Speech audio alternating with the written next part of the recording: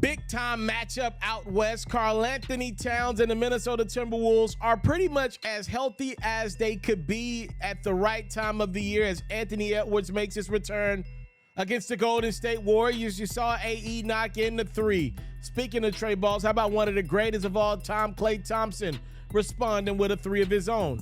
And since we're talking about the three-point shot, how about we add in probably the greatest shooter of all time? Steph Curry gets going in the second. Curry, a couple of deuces inside.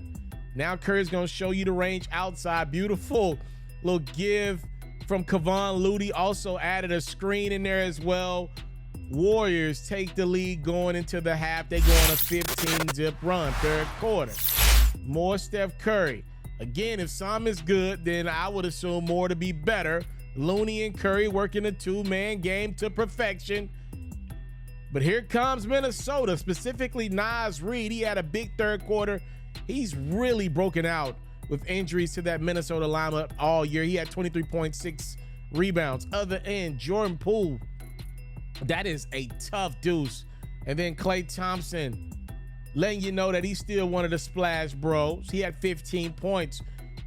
Close game down the stretch. How about Karl Anthony Towns coming off the screen and burying the three? Poole's gonna run to the corner like he's Steph and drill a three-pointer. He led Golden State in scoring with 27. It's a one-point game in favor of Golden State down the stretch. A costly turnover from Draymond with 15 seconds to go. And then Cat just unconsciously pulls up and buries a go-ahead three-pointer. He's a 7-footer.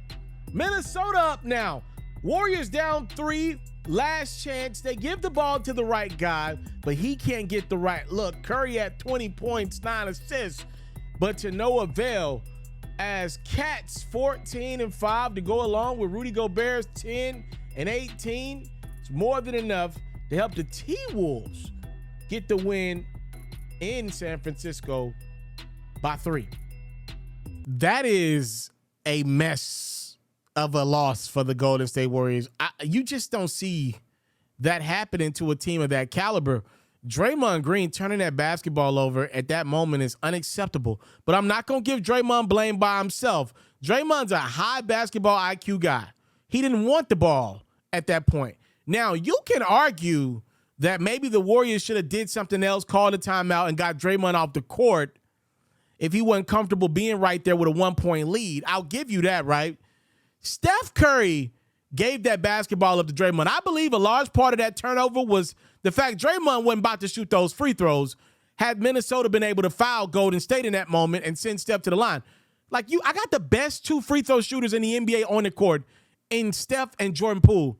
I don't want the ball. That's what Draymond's thinking. You know he's thinking it. He thinks through the game like me or you. That's what I always love about Draymond is he thinks the game through like a high IQ fan, right? He's like, I don't want the ball. That's why I turned it over. I can't believe this dude just passed me the ball. Steph should have held on to that basketball. Steph does not make mistakes like that often. And to see him do that, and for Karl Anthony Towns to pull up and drill a cold-blooded, y'all saw that three from Cat? That was cold-blooded. Karl Anthony Towns been off for 4-5 months. He woke up like, oh, crap, damn. We right there in the thick of things in the playoffs. I'm for the ball out. I'm ready to go.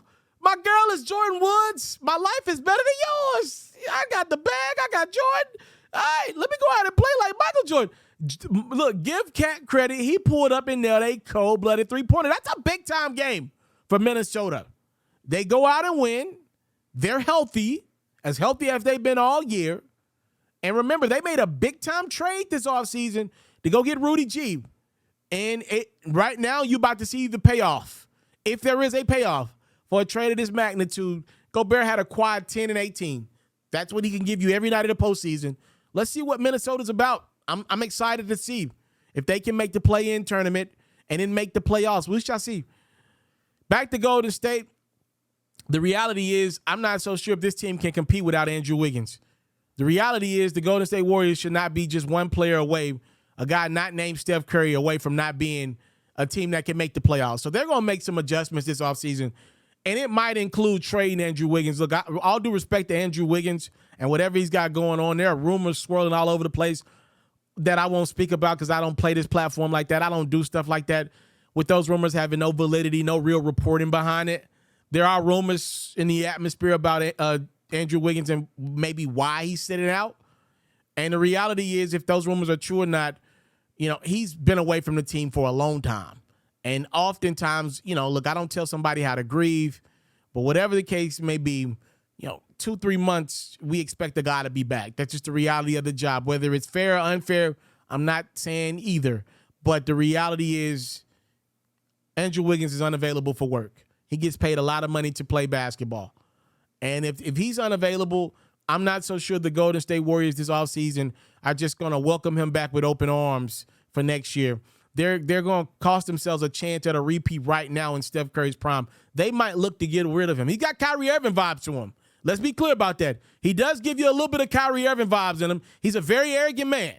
And since the day he walked into the league, Andrew Wiggins is a very arrogant man.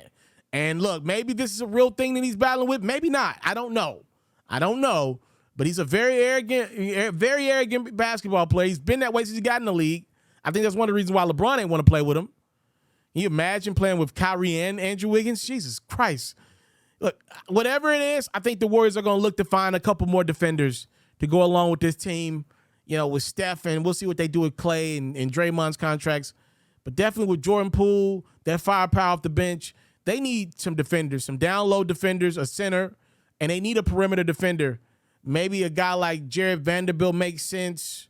He's just kind of what they could use. A guy like one of the McDaniels brothers are also defenders around this league that can maybe make sense in Golden State. They're going to address this defense this offseason. They have the offense to repeat.